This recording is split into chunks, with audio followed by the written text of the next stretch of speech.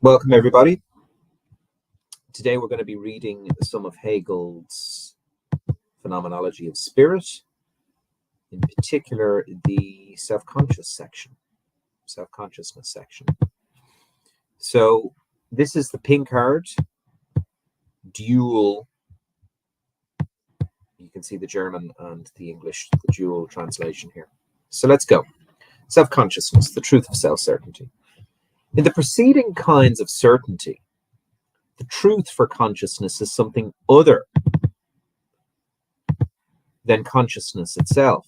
However, the concept of this truth vanishes in the experience of it. The way the object immediately was in itself, a sense certainty's entity, perception's concrete thing, or the understanding's force, proves not to be the way it is in truth. So this is very interesting. Immediately we have the three aspects that Hegel is talking about that he's just gone through in the consciousness section: sense certainty, perception, and understanding. Rather, this in itself turns out to be a way in which the object exists merely for another. The concept of the object is sublated in the actual object, that is, the first immediate representation is sublated in experience, and in the truth, certainty falls by the wayside. However, what has not now emerged is something which did not happen in these previous relationships, namely, in certainty that is the same as its truth. This is so because it is in its own eyes, certainty is itself its object, and consciousness is, in its own eyes, itself the truth.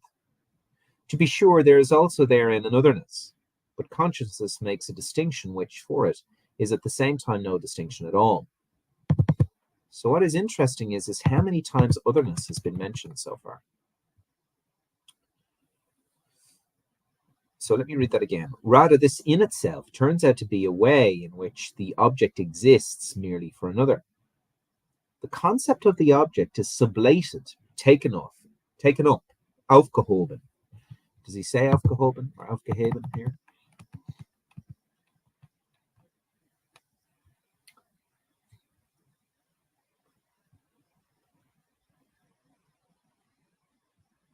Begriff. It's interesting. Sublated.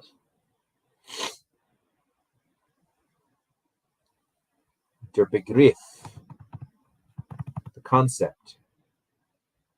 Von ihm hebt sich an wirklich Gestande auf oder die erste unmittelbare Vorstellung in der Erfahrung. Okay, I'll have a look at that later. Let me just take this off. So, the concept of the object is sublated in the actual object. That is, the first immediate representation is sublated in existence. And in the truth, certainty falls by the wayside. However, what has now emerged is something which did not happen in these previous relationships, namely a certainty that is the same as its truth. So the certainty is the same as the truth. This is so because in its own eyes, certainty is itself its object, and consciousness is in its own eyes itself the truth. To be sure, there is also therein an otherness, but consciousness makes a distinction which for it is at the same time no distinction at all.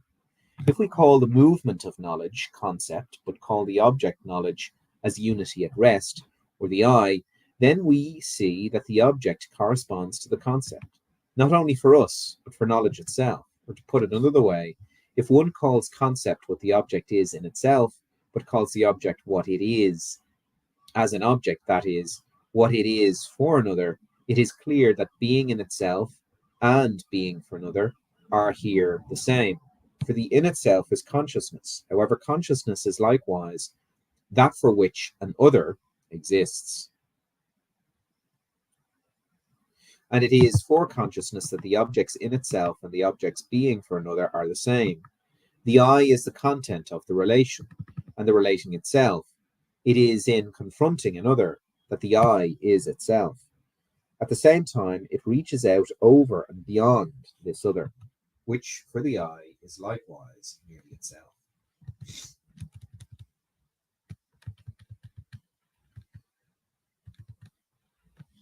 So, or to put it another way, if one calls concept what the object is in itself, but calls the object what it is as an object, that is, what it is for another, it is clear that being in itself and being for another here are the same. For the in itself is consciousness. However, consciousness is likewise that for which an other exists, and it is for consciousness that the objects in itself and the objects being for another are the same. Okay, we'll go back to this.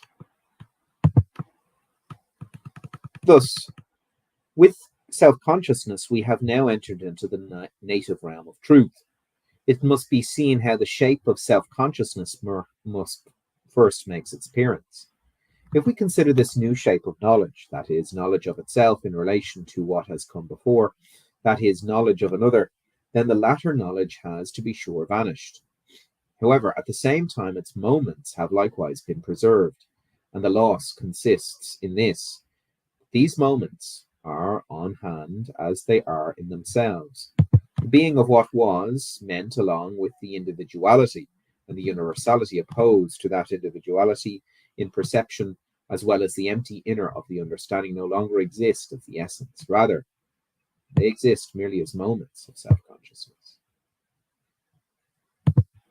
That is to say, they exist as abstractions or distinctions, which are at the same time nullities for consciousness itself. That is, they are no distinctions at all, but purely vanishing essences. It thus seems that only the principal moment itself has disappeared, namely simple self-sufficiency, durable existence for consciousness.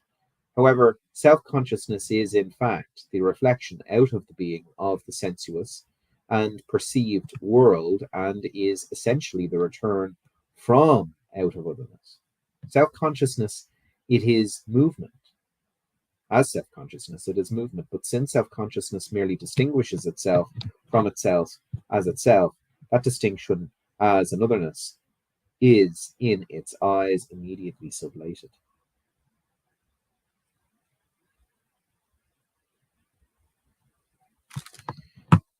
There simply is no distinction, and self-consciousness is merely the motionless tautology of I am I, since in its eyes the distinction does not also have the simple shape of being. It is not self-consciousness. Otherness thereby exists for it as a being, that is, as a distinguished moment. But for it, it is also the unity of itself with this distinction as a second distinguished moment.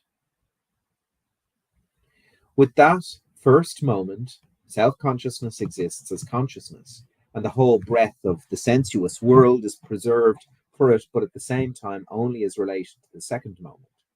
The unity of self-consciousness with itself, the sensuous world, is thereby for it a durable existence, which is, however, merely appearance, that is the distinction which in itself has no being. But this opposition between its appearance and its truth has only the truth for its essence, namely the unity of self-consciousness with itself.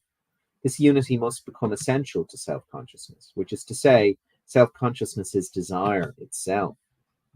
As self-consciousness, consciousness henceforth has a double object. The first, the immediate object, the object of sense certainty and perception, which, however, is marked for it with the character of the negative.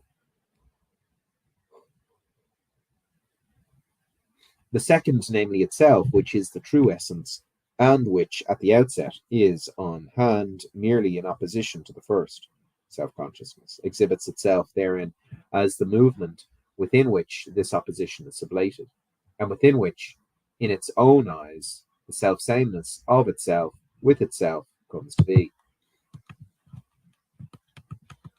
168. For its part, the object, which for self-consciousness is the negative, has likewise for us, that is, in itself, returned into itself just as consciousness, for its part, has done the same way, has done the same. By way of this reflective turn into itself, the object has become life. What self-consciousness distinguishes from itself as existing also has in it, insofar as it is posited and existing, not merely the modes of sense certainty and perception. It is being which is reflected into itself, and the object of immediate desire is something living, since the in itself, that is, the universal result of the relations between the understanding and the inner of things, is the distinguishing of that which is not to be distinguished. That is, it is the unity of what is distinguished. However, this unity is, as we saw, equally as much its repelling itself from itself, and this concept estranges itself into the opposition between self-consciousness and life. The former is the unity for which the infinite unity of distinctions exists, but the latter is merely this unity itself, such that this unity does not, at the same time, exist for itself. The self-sufficient as consciousness is, its object in itself equally self-sufficient. Self-consciousness, which is utterly for itself and which immediately marks its object with the character of the negative, that is, which is initially desire, will thus learn even more so from experience about this object's self-sufficiency. The determination of life, as it has arisen from the concept or from the general results with which we enter this sphere, is sufficient to characterize it. There is no further need to develop its nature any further out of those factors. Its cycle resolves itself into the following moments.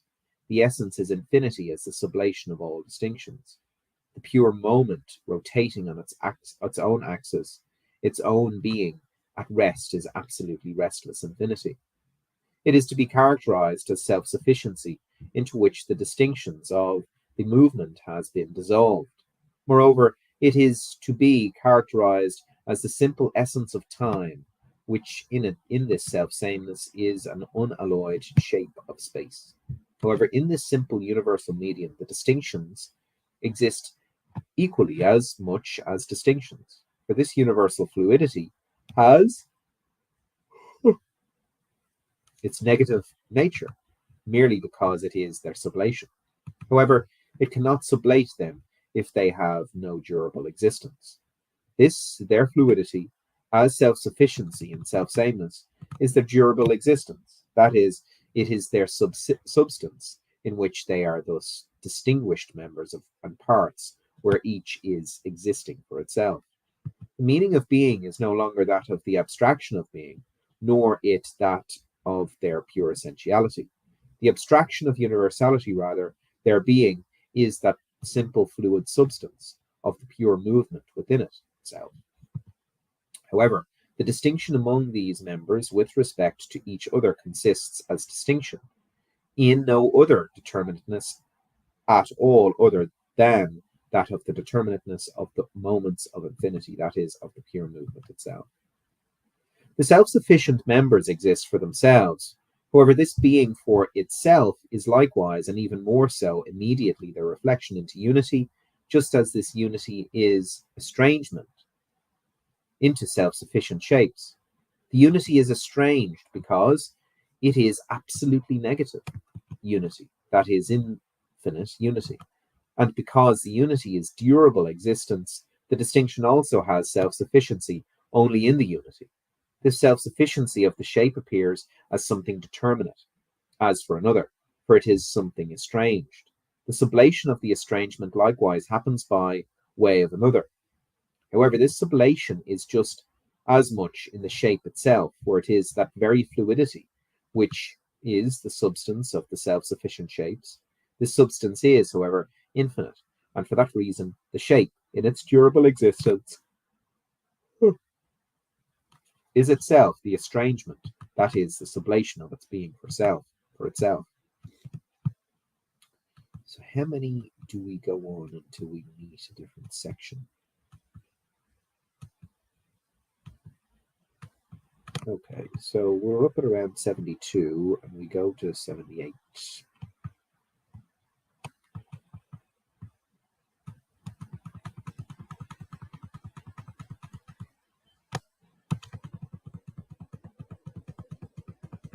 That's a big one, isn't it? So,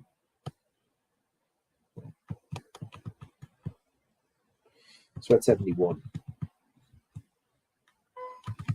If we distinguish more precisely the moments contained therein, we see that for the first moment we have the durable existence of the self-sufficient shapes, that is, the suppression of what the act of distinguishing is in itself, which is to say, not to be in itself and to have no durable existence. However, the second moment is the subjugation of that durable existence under the infinity of the distinctions. In the first moment, there is the durable existing shape as existing for itself, that is, as the infinite substance in its determinateness. It comes on the scene as confronting the universal substance.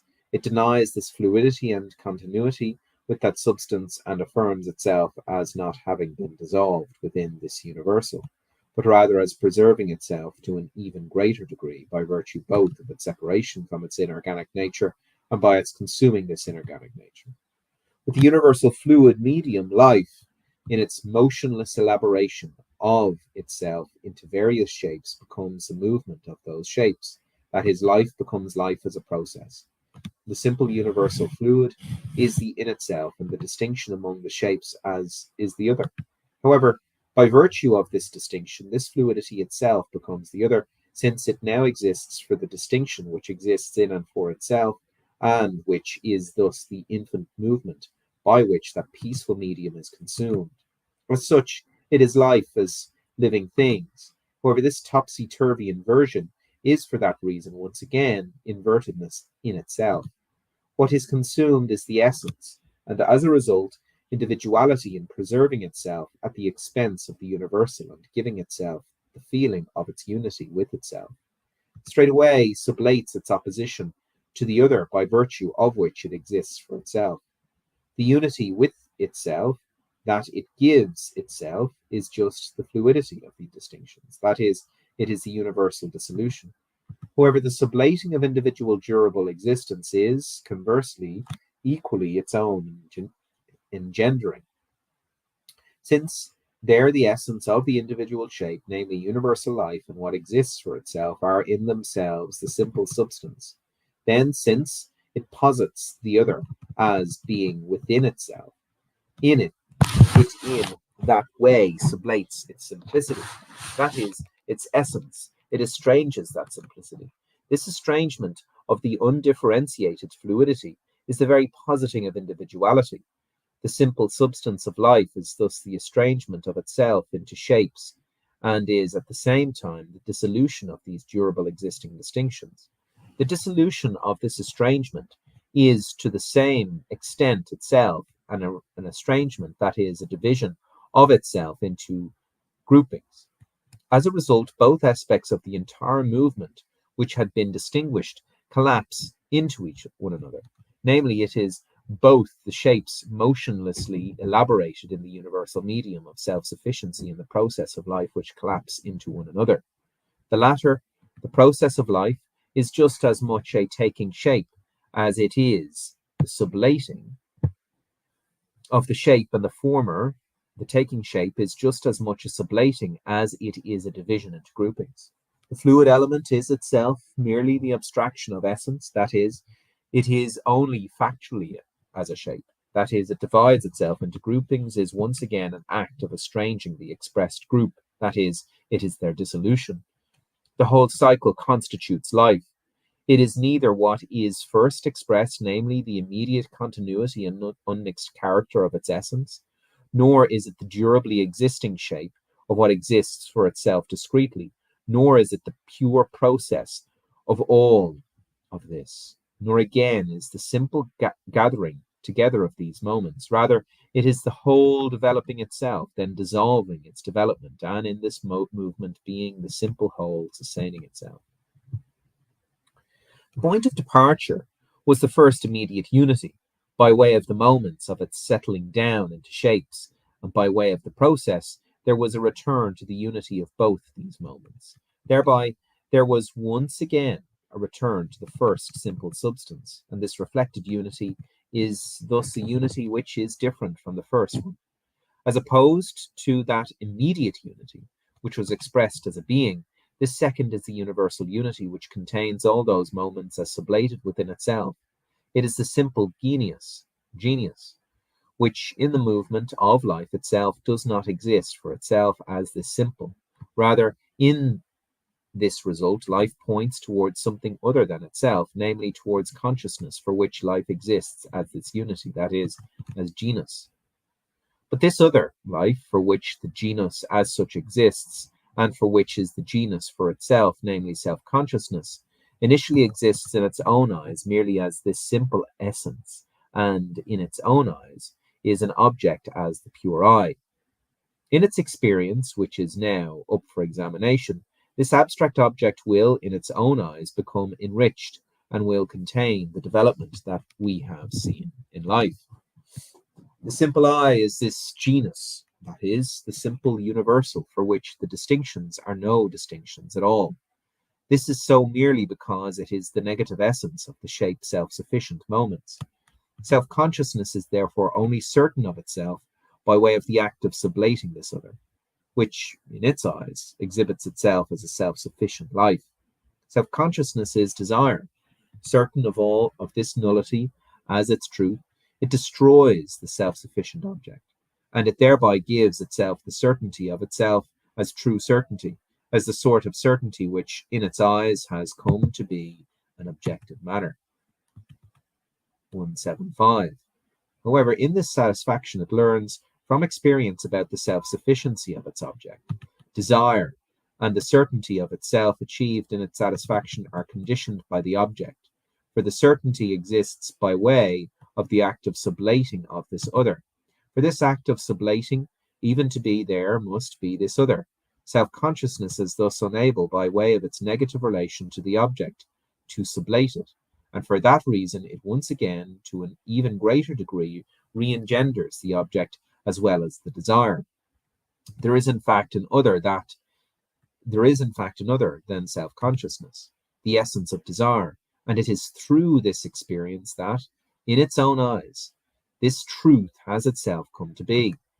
However, at the same time, self-consciousness likewise exists absolutely for itself, and it exists absolutely for itself only by way of its act of sublating the object. In its eyes, it is this which must become its satisfaction. For self-consciousness is the truth, on account of the self-sufficiency of the object. It thus can only achieve satisfaction by this object itself, affecting the negation in it, the object, and the object must in itself effect this negation of itself, for it is in itself the negative, and it must be for the other what it is. As the object is the negation of itself, and at the same time is therein self-sufficient, it is consciousness. In life, which is the object of desire, the negation is either in another, namely in desire, or it exists as determinateness, confronting another in different shape, or it exists as the inorganic universal nature of this life. However, this universal self-sufficient nature, in which the negation exists as absolute, is genius as such, that is, what exists is self-consciousness. Self-consciousness attains its satisfaction only in another self-consciousness. Yeah, so two more. In these three moments, the concept of self-consciousness is brought to completion. The pure I, without distinction, is its first immediate object. So let's read this again. In these three moments, the concept of self-consciousness is brought to its completion. A, the pure I, without distinction, is its first immediate object. B, however, this immediacy is itself absolute mediation. It exists only as the act of sublating the self-sufficient object, that is, it is desire. The satisfaction of desire is to the very reflection of self-consciousness into itself. That is, it is the certainty which has become the truth. But the truth of that certainty is to an even greater degree the doubled reflection, the doubling of self-consciousness. There is an object for consciousness which in itself posits its otherness. that is, which posits the distinction as a nullity, and is therein a self-sufficient object. To be sure, the distinguished merely living shape also sublates its self-sufficiency in the process of life itself, but with its distinctions it ceases to be what it is. However, the object of self-consciousness is equally self-sufficient in its negativity of itself, and it is thereby for itself the genus, the universal fluidity and the individuality of its isolation. It is the living self-consciousness. A self-consciousness exists for a self-consciousness. Only thereby does self-consciousness in fact exist, for it is only therein that the unity of itself in its otherness becomes to be for it. The I, which is the object of its concept, is in fact not an object. However, the object of desire is merely self-sufficient, for it is the universal, indestructible substance, the fluid self-same essence. By a self-consciousness being the object is just as much an I as it is an object. The concept of spirit is thereby on hand for us. What will later come to be for consciousness will be the experience of what spirit is, that is, this absolute substance which constitutes the unity of its oppositions in their complete freedom and self-sufficiency, namely in the oppositions of the various self-consciousnesses existing for themselves. This I, this is we, and the we, that is I. As the concept of spirit consciousness first reaches its turning point in self-consciousness, where it leaves behind the colourful semblance of the sensuous world and the empty night of the supersensible otherworldly beyond, and steps into the spiritual daylight of the present. So that is self-consciousness, the Pinkard translation from Hegel's Phenomenology of Spirit. See you next time.